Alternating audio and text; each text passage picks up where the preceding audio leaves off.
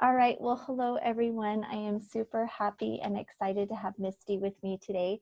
Misty is a mama of 4 kiddos, and she is a mentor for LDS bloggers. So, hi, Misty. Welcome, welcome. Thank you so much for having me, Chelsea. I'm excited to be here with you. Thank you. I appreciate that so much. So, tell us, how did your mom first career journey get started? Well, it actually got started because I cared so much about my kids. We had twin boys a few weeks after my husband started law school, Oh, wow. and we had moved away from family. We were completely on our own. We were going into debt, and I felt this overwhelming need and desire to be able to provide for them no matter what. So I really started researching emergency preparedness just for us, for our own family, food storage and 72-hour kits. Over time, um, members of my church congregation and my neighborhood, they wanted to know what I was doing. So I started just a really simple blog where I could put that information, and it kind of took off. And I thought, oh, well, maybe this could actually be income, which would also help me take care of my boys, which quickly grew to 2 boys and 2 girls. Yeah. So That's fantastic. So how long do you think that you were on this blogging journal and journey until you were able to become profitable? a long time. And it doesn't have to be nearly as long as it was for me. Right. I'm not someone to say you can go out there and get rich quick. That's not going to happen. Blogging works like compound interest. So if you were to double $1 every day, or you could say every month, right? $2 and $4 and $8, it feels like it grows slowly at first. But if you were to do that for what is it, 10 days? I can't remember exactly how many days, but it's not that many days, and you end up at $1 million. Mm. So at the end, it grows really quickly. But blogging does take some upfront work. If you know what you're doing, you have a good mentor, I think you can be profitable almost immediately. And I think you can support your family within a couple years, a year or two. That's super exciting. So at what point did you think, you know what, I've got this down, it's going well. Now I need to reach out and to help and mentor others? Um, I don't know that I still think I've completely got it down. I think there's always something to learn. But I had that very first business just for a couple of years, and it was not profitable. And so I kind of morphed it and changed it into something different. At first, it was just a computer program that helped women, moms, track grocery prices so that they could stock up on food when it was at its lowest price and build a food storage of things they actually ate. But I didn't know how to market it. And so it never really took off. So that's when people started asking about 72-hour kits and things like that. And I decided to go with the blogging idea. Um, and I fumbled around for quite a few years. Honestly, the biggest struggle for me was finding the balance between being a mom and being a business owner. And that took a number of years. And I'll be quite honest, I was not good at it, and my family suffered. Mhm. And that's part of my mission now. So about, I would say maybe 2016, 15, 16, I started to feel really, to kind of retrofit things is what I call it. I retrofitted my foundation, and I started to try and figure out, okay, how can I really truly balance both of these and put my family first? And I made a lot of changes. And finally, in late 2017, well, let me back up just a tiny bit. I prayed that entire time if I could quit that job. I prayed regularly. And the answer was always no. I had felt inspired to go into it. I knew I was helping people, but it was hard for our family. And I prayed if I could quit, and the answer was no. So late 2017, I was praying about that. Again, kind of just, what's this next step in my business? I feel like I'm kind of at this place where I have this good balance, and what do you want me to do? And the answer came to sell it, which is so funny that I sold it when I finally felt balanced. So by early 2018, I had sold that. And then I did web design just a tiny bit, 5 hours a week or so, to kind of keep myself in the market. And then summer of 2018, I felt a really strong impression that I was to take what I had learned through those many years fumbling around and use both the skills I had gained and the compassion for people who are in that situation to teach them, how do you find this balance? How do you become successful online and actually help people and make an income without neglecting your family and your kids? So I don't know that that directly answers your question, but that was kind of my journey. Yeah, no, that is great. And I think that's super important and very difficult for so many moms out there. Ah, It's kind of fun, I think, to find all of these moms in all of these different niches and just kind of hear their story, because I think it's good for teens to realize that everyone struggles a little bit. Everything's a little bit different. We do get pulled in a direction where we have a choice where we could just really jump into a career more heavily. yep. It's just the ups and downs of life. But hopefully all this advice is just really, really helpful for them as they're starting out their journey and their career prep and planning, so that they can have all those words of wisdom, which is super exciting. So back to the blogging world, it takes time. Do you really feel like there are any necessary skills, training, education that's needed in order to jump in, other than maybe the right mentor? No, I think that having a mentor is the absolute best thing you can do if you want to be successful online. There are a lot of skills that are necessary for success, but if you have the right mentor, they're going to help you figure out which ones of those you need to learn yourself and Mm, which ones you need to pay someone else to do. It is so easy online. There's websites like one called Fiverr, where you mhm. can pay even just $5 to have someone design a logo or help you transcribe something. Or I paid $20 to help someone create an intro and an outro, like a composed intro and outro to my podcast music. $20. So there are ways that you can hire those things out, and a good mentor can help you figure out what you enjoy doing, where your talents really lie, what you should focus on learning. So there will be skills you'll need to learn, but I think you need a mentor to figure out where your time is really best spent. And I think that's the best place to start, honestly, beyond, it's not like business school. It's not, there are a lot of people, bloggers who've gone to business school and said, I almost wish I hadn't, Yeah, because it's such a new world that we've it entered really is. into. Even from 10, 12 years ago when I started, it's very different now. It's just so fast moving. So, So in the blogging world, there are also just so many directions you can go, so many niches. That can be really hard. That can be a huge struggle for someone to decide what their path should be. Do you have any recommendations as to how to pin down that direction? yep, I do. It's my very favorite topic in the whole world. I call it finding your superpower. And you will hear lots of people online talk about you need to know what your superpower is. But I've never found anyone who tells you how to really figure out what that is for you. Mhm. So my formula is three things. It is, number one, your hard skills. So that's something like, I'm really good at playing basketball, or I know how to play the piano. It's something that's teachable. And it's something, if you were to ask someone, what are my talents? They're probably 80, 90% of the time going to give you a hard skill. And then it's also, so you look at a list of your hard skills, and then you combine those with the list of your soft skills, which are things like empathetic listening or compassion. And these are what, if you were to ask someone, what do you admire about me? They'll usually give you a soft skill. And it's something that's much more difficult to be taught. You can't just go take a class on it. So you take those two things and you combine them with whatever your current passion is. So 10 years ago, my passion was emergency preparedness. And now my passion is teaching others how to blog.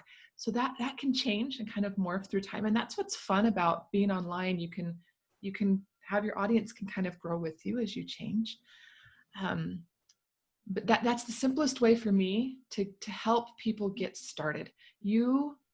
That superpower, no one else in the world has that exact combination of your hard skills, soft skills, and whatever you're passionate about. And I think God made us that way. He gave us these talents. He expects us to share them. And when when we really dig deep and figure out how he wants us to impact the world, then he's got our backs and he helps us. He helps us step up. And beyond that, I can help people niche down further into exactly what problems they can solve in those areas. I don't know if you want me to get into any of that, but that's where I would tell people to start. Yeah. And probably help them at that point figure out how to turn that into an income source and generate money. And yes. But I guess there's two things there. Number one is that really you can become profitable online in almost any way. So why not pick something you are good at and love doing? Mm-hmm. And number two, remembering that if you aren't different online, if you don't stand out in some way, then you blend in. And there are so many people online that's the biggest mistake I think people make, is trying to be exactly like someone else instead of really embracing who they are and what makes them different. And that doesn't mean you don't learn from experts and you don't pattern yourself after, oh, if they do this in this order, maybe there's a reason for it. But really embracing what makes you different and unique is key to success online. I love that. So what about the initial investment? Because it really sounds like if a young gal is interested in this path, that finding the right mentor and perhaps buying a course that can help them, and spending money to have others help them in areas where they're weaker. So kind of considering all those different things, what kind of realistic investment do you think is needed to get a business like this up and running? I do think you need to find a balance of how much time you're investing and how much money. I also think that and I will get to an actual number for you here in a minute, but I think that there is sometimes a misconception when we start out with something like this in the blogging world and we treat it like a hobby instead of a business. Yeah. And we don't invest money because we think we can do everything on our own. And I do think that there needs to be a balance. It's really good for you to know how to do things in your business so that you can train someone else to do them how you want them done. But there's an important concept here that I know that most new bloggers miss. I missed it. And that is that, especially when you're a mom, you can invest money, but you can only spend time. So investing money, if I spend $10 or $50 or $100, but it's because I believe it's going to help me earn more money back, then that's wise. But if I invest time, I'm never going to earn more time back. So remember that the time you invest in your business, it's gone. And it's taken away. It's time you're taking away from your family and your kids and your priorities, or other priorities. And so be very careful with what you choose to invest your time into. But as far as exactly how much money it takes, you can go a lot of routes. There are really, really, really expensive mentors. I wouldn't suggest starting there. I would suggest, honestly, finding someone who is maybe a year ahead of you on the journey and learning from them, watching them, seeing if they would be willing to help you a little bit. If they're not, come to me. I'm happy to help you. I have a coaching group that starts just at $10 a month, and you can ask me any questions you have. And there are other things out there like that. So find something that doesn't cost a lot of money initially as far as a mentor goes. Tools and things like that, I would guess, right now, and I'm heavily investing financially in this, far more than I did the first time around, and I'm spending around $400 a month. And I am, into this business in particular, I am about 4.5 months in, and I just hired an assistant. So with her, I'm spending more than that. That's just what I'm spending on tools and subscriptions and things like that. But it's still far, far less than opening any sort of brick and mortar store or anything like that. And I believe that for the most part, you can cover your costs from the beginning if you do it right. So they're usually, I guess if I had to give someone an exact number, I'd say have $2,000 in the bank that you can invest in this and then reinvest what you're making back into it. And I don't believe you'd lose much money if you do it right. Yeah, I like that. And I appreciate that number and advice. And I think too, if they're considering that this is a possible path rather than maybe going to college, that it really is not much of an investment and it can be something that's very, very doable.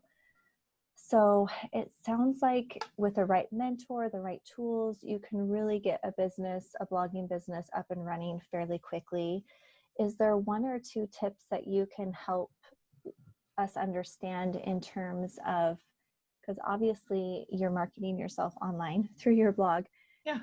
but is it all about just having great keywords, or like what is the trick to get people to actually see what you're doing? I think there's a lot of ways to, honestly, there's really two ways you can get traffic to a website. First, you can buy it. So you can do ads on Facebook or Google or Instagram or Pinterest, or there's a bunch of different places. If you're going to go that route, your investment is going to be much higher at the beginning. I would say have 10 grand in the bank and hire someone who can help you do those ads. They can be tricky, but when you get them right, they are incredibly profitable. And that is going to be the fastest way to grow your following. And the idea behind that is that you're paying to bring people into your world, and then you're helping them for free, and then you step it up and you help them for a little bit of money, and then there's another step where they can pay you a little bit more money, and you kind of work them through. Some people will call that a funnel. So that's one way, buying your traffic. The other way is to earn your traffic, and this is the route that most bloggers tend to take, and this is by building relationships with and collaborating with other people online, bloggers, podcasters, YouTubers, whomever, and you collaborate with them. In some ways, this is what you and I are doing right now, right? I am going to be in front of your audience, you will be in front of my audience, and there may be a handful of people in our audiences that are interested in what your audience that's interested in what I'm teaching, and my audience that's interested in what you are doing. And so you can grow your following that way through collaboration. Another way to earn your traffic is through SEO, what you're talking about with keywords. So this means you figure out what somebody is searching for online. They're searching for, good jobs for moms.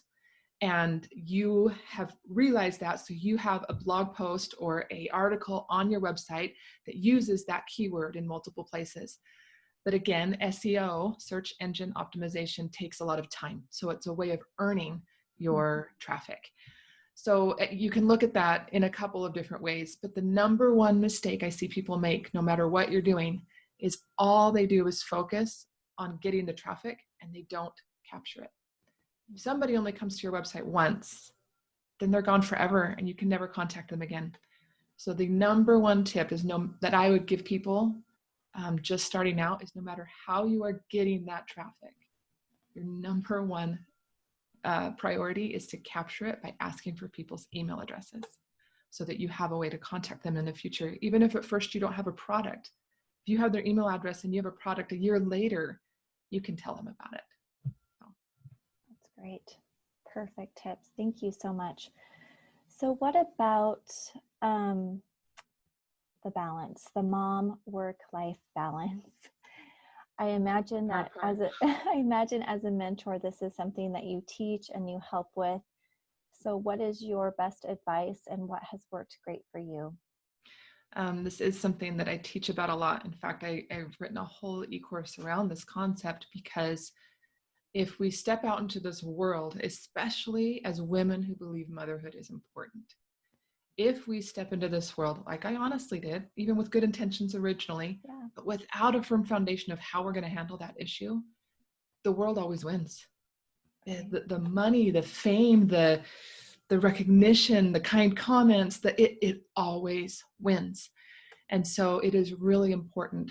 The number one tip I give people is to set boundaries, but to involve your family as you set those boundaries. If your kids are tiny, involve your spouse.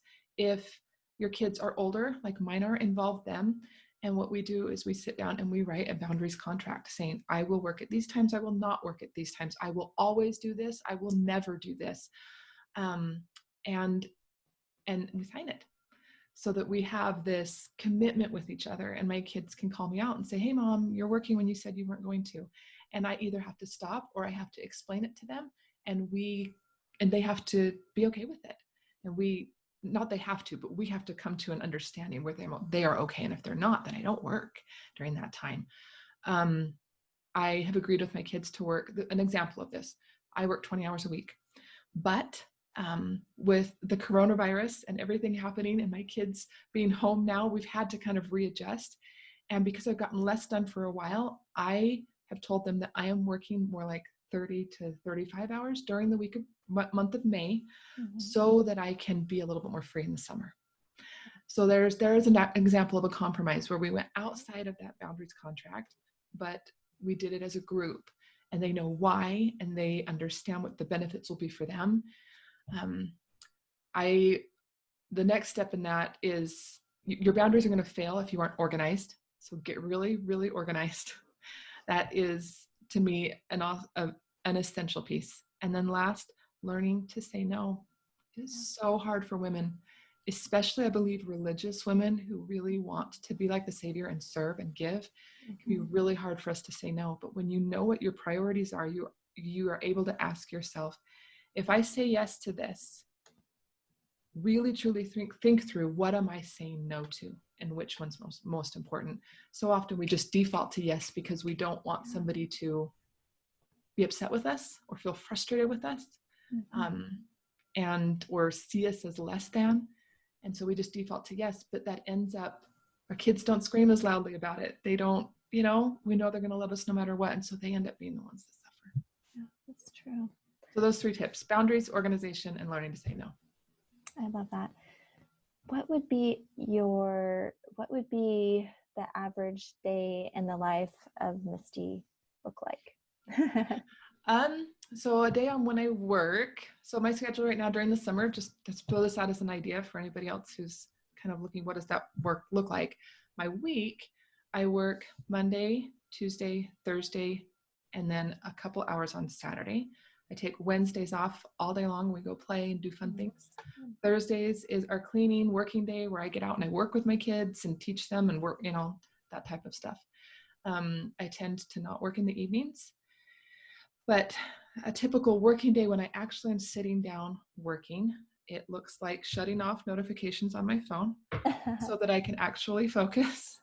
And then I spend a lot of time either creating products or free unpaid things that will help the people who are following me, engaging with the people who follow me on social media, commenting on their stuff, listening to their concerns, that type of stuff, and then answering emails. I also create a lot of tutorials for assistants, people who are going to be helping me, that type of stuff. Those are probably my main tasks right now, is products, engagement, and creating tutorials for her. Perfect. So what do you think are your very most favorite parts of this business and very least favorite parts of this business? Oh, my least favorite parts right off the bat are any sort of repetitive task. Like if I am just, like what was I doing recently? Oh, I was uploading videos to a course. So it's, download, upload, just pressing the same button over and over again, waiting for it to be done. Those are the types of tasks that I eventually hire out because I just get so bored. My favorite is coming up with new ideas of ways to help people, really digging deep into what it is that they need, not just what they want, but what they truly need and how I can help them. Talking with them. I'll reach out to people occasionally through video or chat or just, what can I best help you with right now? And then figuring out the solutions. How can I actually make this easier for them? That is really fun and fulfilling for me. That's great. And I imagine as you progress farther along your journey, you'll be able to outsource more and more things that you don't like, which can be very, very appealing for someone. But it's also really good. Yes, it is appealing, but it's really, really good to do those things that you don't love, because then it helps you appreciate that person who eventually helps you do that thing, right? Like when my assistant helps me with something now, I'm like, you are so wonderful. And I appreciate her a lot more. So. That's good. So I know that blogging is it's not going to be for everyone, but it's definitely going to be an amazing fit for some of those young ladies out there that watch this interview. So how do they know? How are they going to know if blogging is something that is going to be the right path for them? Are there any key characteristics, talents, anything that's obvious that they can identify with and know? That is a fantastic question. One I should go write a blog post about. Really think through. um, Goodness. It takes a lot of grit. Yeah. It takes a hard, that's the wrong word. It takes a lot of self-confidence. You will get a lot of mean comments. You will get people who do not believe in what you're doing. You will get it like really cruel comments from people who don't know you. But you'll get it from family members and friends who think that it's a crazy business. Right. You'll get it from, I think, some working moms in general. Anyone who chooses to have a career in addition to motherhood will hear some mean comments, or just not even mean, but just thoughtless. Yeah. And so that it takes some grit to be able to push through that, and to know this is what I'm supposed to be doing, and I'm going to do it no matter what. It's also really hard to sell something that you have created, and have it flop, which happens. Because it's like your baby. It's like this thing that you've put so much love into, and and if nobody buys or few people buy, it can be hard. And in all honesty, very few will. So like a great conversion rate, like a really, really great percentage of people who will buy is 10%. So if you have 100 people on your list, you really can't expect more than about 10 to buy. And that can be hard sometimes. Do you think, what about those other 90 people? This is amazing. And it can be hard. You're really putting yourself and your heart and soul out there. You aren't just selling a product that someone else created, or working in a dentist office, checking people in and out. Your name's all over it. Yes. And that can be hard for your pride. So you have to be able to handle that. Yes, I would say it's the number one thing. Do you think that you have to enjoy writing?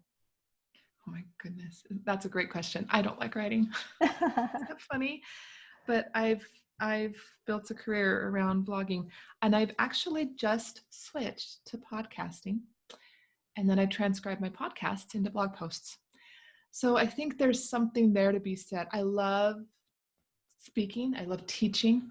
And that has been a big game changer for me, because I can sit down here and I can create an hour-long video in an hour and 20 minutes, right? Like I can write out a quick outline and just talk. Yeah. Whereas the same blog post would have taken me 6 or 7 or 8. So with the way technology is now, you don't have to enjoy writing, and you can speak and then transcribe it and go back and edit it, right? And clean it up a little bit. But there's a lot of ways to be a blogger without actually writing. Yeah, that's good. That's kind of a fun way to look at it too. So do you mind just giving us like a 5-minute look into podcasting and how that all came together for you? Because that's kind of fun and exciting. I mean, you probably have to have a little bit of experience in this world before you jump into something like that, right? Honestly, if you want the honest answer, I think it's better to start with podcasting right now. There are over 600 million, close to 700 million blogs in the world right now, beginning of 2020. And podcasts just barely hit 1 million like a week or two ago. So competition wise, you have 600 times as many blogs as you do podcasts. And the general way in which you market yourself is exactly the same. It's called content marketing. That's probably a better name for what I do, is I teach content marketers how to be successful. So you can create video content, audio content, or written content.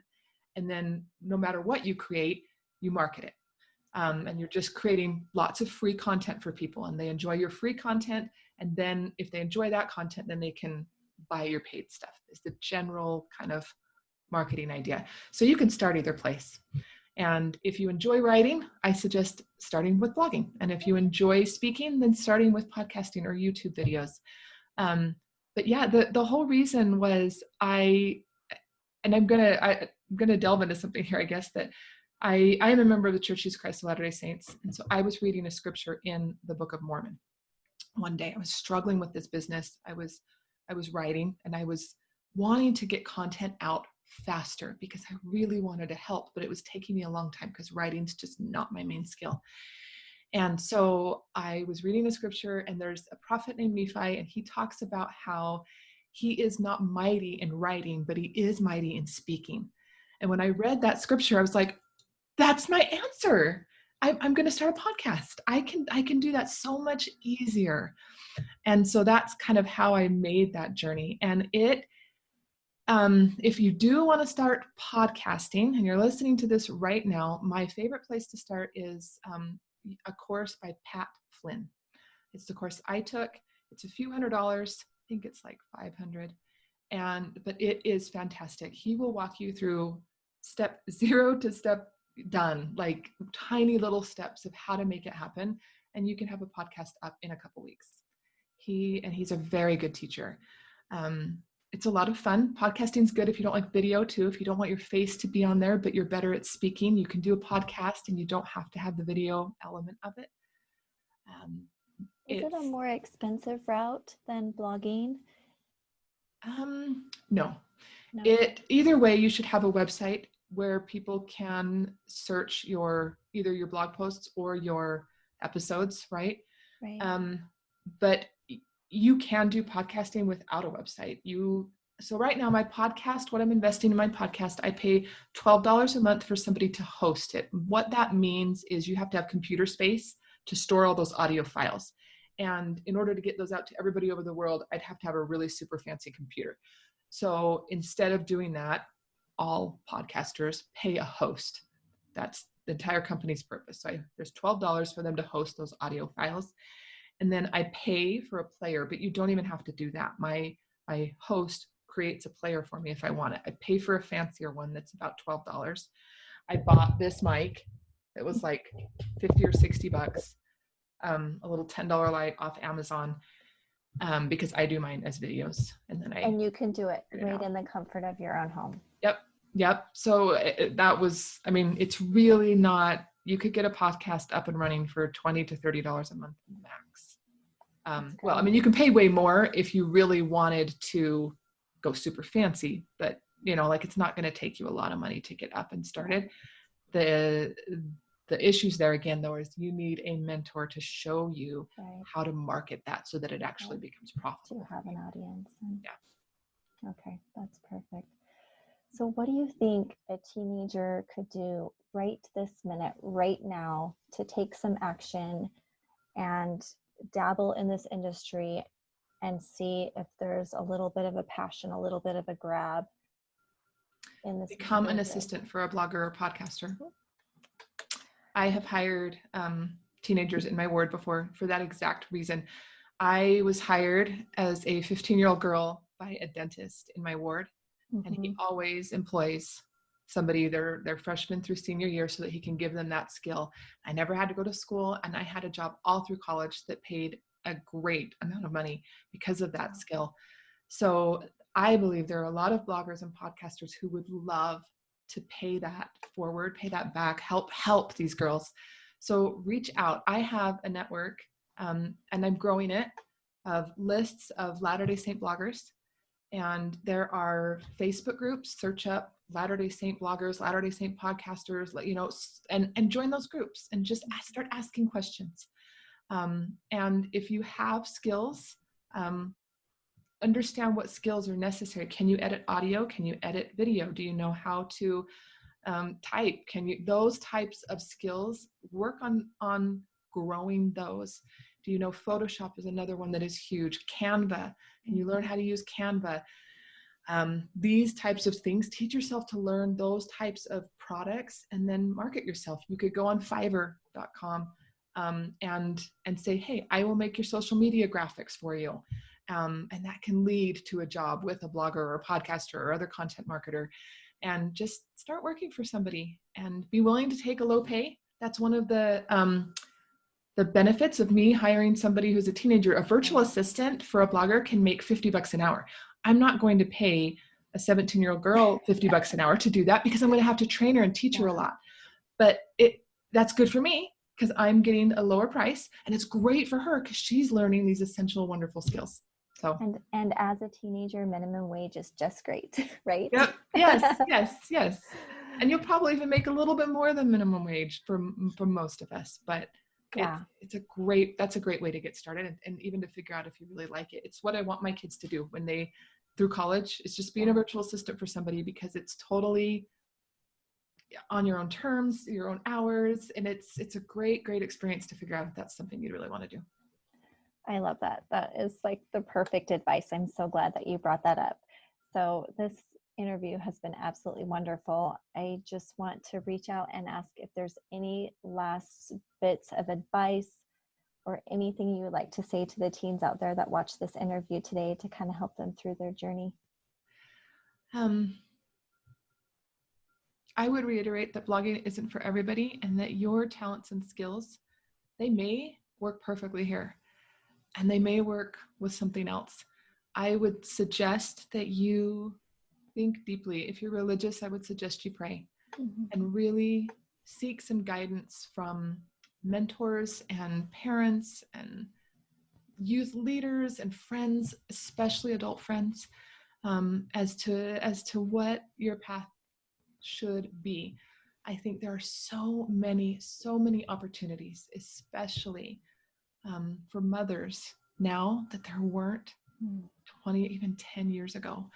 Right. And that's exciting to me. But I would also suggest that, and I mentioned it earlier, that if you are going to work as a mom, which I think is fantastic, it's a good example for your kids, but if you are going to take that step, make sure you have some boundaries set so that the world doesn't win, so that you can keep your family first. I love that. Yes. And I think that they are so lucky to be on the earth at a time when they really can have the best of both worlds, because I don't think that was possible even for my mother. No, it wasn't. No. Because the internet was just getting started when I was maybe early college, late high school. I know, crazy, right? So much has changed. And I think it's so exciting. And I do know from experience that I knew I always wanted to be a mom, and I went to college, and I had these two thoughts in my head, but they led me in very different paths rather than coming together. Yeah. So I think that we just need to be thoughtful and be mindful that a career can or cannot complement motherhood, but if you go about it the right way, you can have the best of both worlds, and you will be so blessed, and it'll just be a wonderful experience. So I completely agree. Anyway, I am just so delighted, Misty. It's been such a wonderful time having you here with us today. So much incredible information. I just feel so grateful that you were willing to share that with the teens out there. I will be sure to link information on how to contact you and how to find you, because you will be a great mentor resource to future moms coming up here. So hopefully they can kind of follow you and know what's going on. So when the time is right, they can reach out and have you help them. So well, thank you for that. I really appreciate you thinking of me and having me on today. I think what you were doing is incredible. So I appreciate it. Thank you so much. All right. Goodbye, everyone.